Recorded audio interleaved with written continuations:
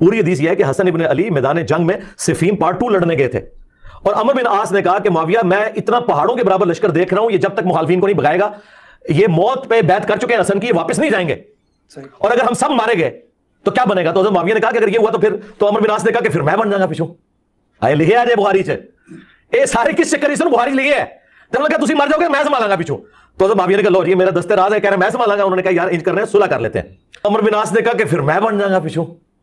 आए लिखे आज बुखारी च ये सारे किस चक्कर से बुखारी लिखे है। सही बुखारी हदीस नंबर 7109 में अमर बिन आस रज़ी अल्लाह तआला अन्हु का जवाब लिखा है, और जवाब में लफ्ज़ जो बज़ाहिर मालूम होता है वो है आना।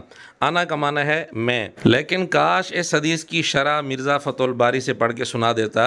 फ़तहुल बारी के मुतल्लिक़ मिर्ज़ा ख़ुद कहता है कि दुनिया में सबसे बेहतरीन शरह सही बुखारी की फ़तहुल बारी है। फ़तहुल बारी में इस जुमले की शरह करते हुए जो बात लिखी है उसका हासिल ये है कि हदीस के बाकी तुरुक में ये जुमला मौजूद ही नहीं है सिरे से, इसलिए ये जुमला अव्वलन तो महफूज नहीं है।